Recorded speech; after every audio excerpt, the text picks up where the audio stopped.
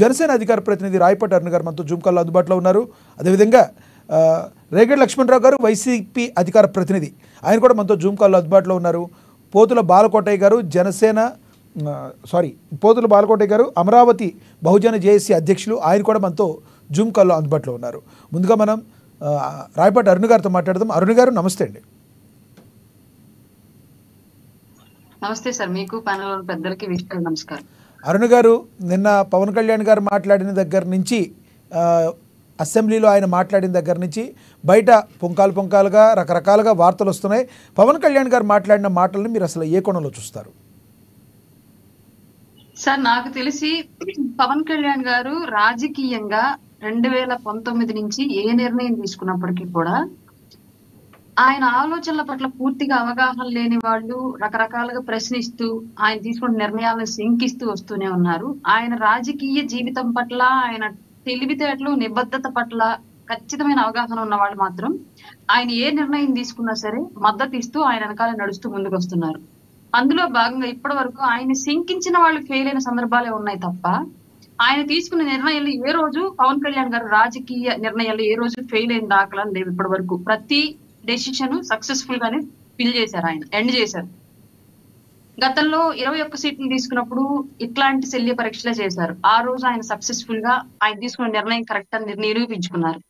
Alliance కోసం TDP తోటి, BJP తోటి సఖ్యత కుదర్చడానికి ప్రయత్నం చేసినప్పుడు కూడా ఇట్లాంటి శల్య పరీక్షలే చేశారు. బట్ ఆ రోజు కూడా క్లియర్ గా ఆయన చేసినటువంటి, తీసుకున్నటువంటి ఆ నిర్ణయం ఎంత కరెక్టో ఈ రోజు రాష్ట్రానికి వస్తున్నటువంటి నిధులు, రాష్ట్రంలో జరుగుతున్న అభివృద్ధి, వివిధ కార్యక్రమాలను మనం గమనిస్తే 100% పవన్ కళ్యాణ్ గారి నిర్ణయం కరెక్టే అని ఈ రోజు ప్రతి ఒక్కళ్ళు కూడా, పెద్ద పెద్ద పేరు మోసిన విశ్లేషకులు కూడా ఆయన వ్యూహాన్ని అర్థం చేసుకోలేకపోయాము అని చెప్పేసి బాధపడుతున్న సన్నివేశాలు ఈరోజు మనం చూస్తున్నాం. అందులో భాగంగానే ఇవాళ రాష్ట్రానికి, అలాగే ఇంకొక మాట పర్టికులర్ గా చెప్తాను సార్ పవన్ కళ్యాణ్ గారి గురించి, ఆయన్ని కేవలం మిగతా సాంప్రదాయ రాజకీయ నాయకుల దృష్టిలో ఎవరు చూడొద్దు. పవన్ కళ్యాణ్ గారు ఏమన్నారు? అరుణ్ గారు, పవన్ కళ్యాణ్ గారు ఏమన్నారు? బయట ఉందో ఒకసారి ఆ బయట చూద్దాం.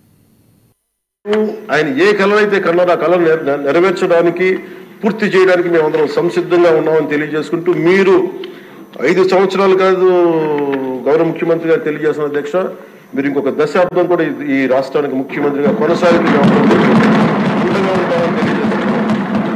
కూడా మేము ఆయన ఏ కళ అయితే కన్నారో ఆ కళను నెరవేర్చడానికి, పూర్తి చేయడానికి మేమందరం సంసిద్ధంగా ఉన్నామని తెలియజేసుకుంటూ, మీరు 5 సంవత్సరాలు కాదు గౌరవ ముఖ్యమంత్రి గారు తెలియజేసిన అధ్యక్ష, మీరు ఇంకొక దశాబ్దం కూడా ఈ రాష్ట్రానికి ముఖ్యమంత్రిగా కొనసాగుతూ కూడా మేము ఆయన ఏ కళ అయితే కన్నారో ఆ కళను నెరవేర్చడానికి, పూర్తి చేయడానికి మేమందరం సంసిద్ధంగా ఉన్నామని తెలియజేసుకుంటూ, మీరు 5 సంవత్సరాలు కాదు గౌరవ పవన్ కళ్యాణ్ గారు యొక్క ఉద్దేశం ఏమో కానీ, మరి మీ జన సైనికుల్లో కానీ, జనసేన కార్యకర్తల్లో కానీ ఒకంత నిరాశ నిస్పృహ రాదంటారా ఈ వ్యాఖ్యలు విన్నాక? సార్, నేను ఇప్పుడే చెప్పాను, సాంప్రదాయ రాజకీయ నాయకుల దృష్టితోటి పవన్ కళ్యాణ్ గారిని చూడొద్దు అని. మొదటిది. రెండోది, ఆయనకి ఎప్పుడూ కూడా ప్రజా అభివృద్ధి పట్ల ఆకాంక్ష ఉంది తప్ప పదవుల పట్ల ఆకాంక్ష లేదు.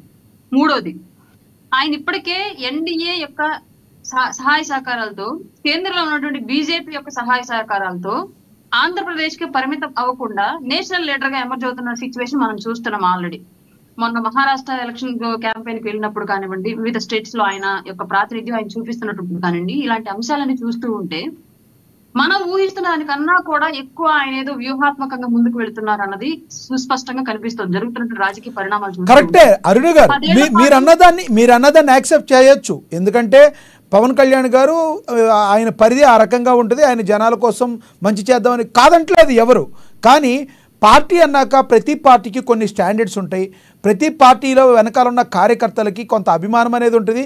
వాళ్ళు ఏమి కోరుకున్నా కోరుకోకపోయినా తమ నాయకుడిని, తమ గుండెల్లో కొలువై ఉన్న నాయకుడిని ఒక ముఖ్యమంత్రి హోదాలో చూడాలనుకుంటారు. 2014లో పార్టీ పెట్టినప్పుడు అవ్వలేదు. ఆ తర్వాత 19లో ఏం జరిగిందో తెలుసు, 24లో ఏం జరిగిందో కూడా తెలుసు.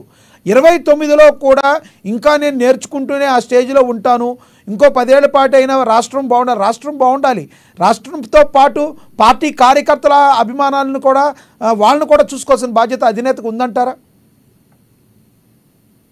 ముఖ్యమంత్రిగా ఒక వ్యక్తి ఉండాలి అని, మా నాయకుడు ఉండాలని మాకందరికీ కోరుకుంటాలో తప్పులేదు సార్. మేము అందుకోసమే రాజకీయాల్లోకి వచ్చాం. ఆయన ఆ ప్లేస్ లో చూడాలనే ప్రయత్నాలు మావి కూడా. కానీ ముఖ్యమంత్రిగా అయ్యి ఇప్పుడున్నటువంటి ఈ పరిస్థితుల్లో ఇప్పటికే రాష్ట్రానికి అప్పులు ఇవ్వాలి అన్నా, పరిశ్రమలు వచ్చి పెట్టుబడులు పెట్టాలి అన్నా 5 ఏళ్లకు ఒకసారి గవర్నమెంట్ మారుతుంది. గత 2014లో చేసుకున్నటువంటి ఒప్పందాలు, వచ్చినటువంటి పెట్టుబడులు వీటన్నిటికి సంబంధించి 2019లో గవర్నమెంట్ మారటం మూలంగా పెట్టుబడులు ఎవరైతే పెట్టారో వాళ్ళందరూ రోడ్లకు వచ్చిన సిచ్యువేషన్, కేసులు పడి వివిధ ఇబ్బందులకు గురైన సిచ్యువేషన్ మనం చూసాం ఈ రాష్ట్రంలో.